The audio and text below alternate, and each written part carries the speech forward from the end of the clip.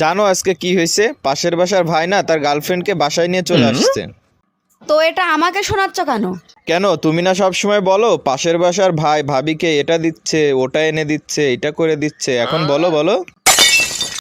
আমি আল্লাহর কাছে দোয়া করি আল্লাহ যেন তোমার সব প্রবলেম সলভ করে দেয়। ধুর পাগল, তুমিও না, তুমি চলে গেলে আমি কিভাবে থাকবো বলো? কি? এই পাশের বাসার ভাবি না আজকে নতুন আইফোন নিয়ে আসছে।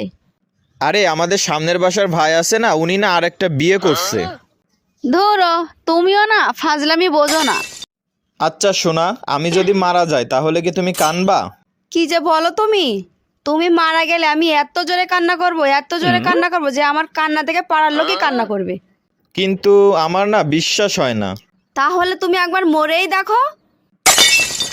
কি ব্যাপার, তুমি এইখানে রাগ করে বসে আছো কেন? মা না হয় দুইটা কথা রাগের মাথায় বলেই ফেলছে, তাই তুমি বাসা থেকে চলে আসবা? যেখানে আমার স্বামী আমাকে সম্মান করে না, যেখানে আমার শ্বশুর শাশুড়ি বাড়ির লোক আমার সম্মান করে না, সেখানে থাকলেই কি আর না থাকলেই বাকি। দেবরজি, তোমার কাছে কি একটু রস হবে? ভাবি, কিসের রস লাগবে আপনার? খেজুরের রস দেবরজি। আপুরা, স্বামী কেমন হয় জানেন? সারা দুনিয়ার সামনে আপনাকে অপমান করতেও ছাড়বে না, আর একলা ঘরে আপনাকে জান সোনা ময়না টিয়া বলতেও ভুলবে না। স্ত্রীকে খাইয়ে দেওয়া সুন্নত, স্ত্রীকে ঘুরতে নিয়ে যাওয়া সুন্নত, স্ত্রীর চুল আশ্রয় দেওয়া সুন্নত। পুরুষের 4 বিয়ে করাও সুন্নত। আচ্ছা, তুমি আমার জন্য কি করতে পারবা? তোমার জন্য আমি জীবন দিতে পারবো। তাহলে জীবন দাও। এই নাও ধরো পানির বোতল। পানির বোতল কেন? পানির অপর নাম কি? কেন জীবন?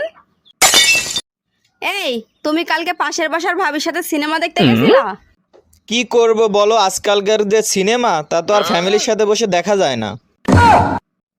এই নেন ধরেন, বিষ খান। আজব তো, আমি বিষ খাবো কেন? আমাকে 1000 টাকা দিন।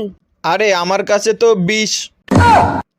আচ্ছা আমি তোমাকে একটা হাসির কথা বলবো, কিন্তু তুমি হাসবা না। আচ্ছা ঠিক আছে, হাসবো না। তুমি যেহেতু হাসবাই না, তাহলে আর কি করতে বলবো?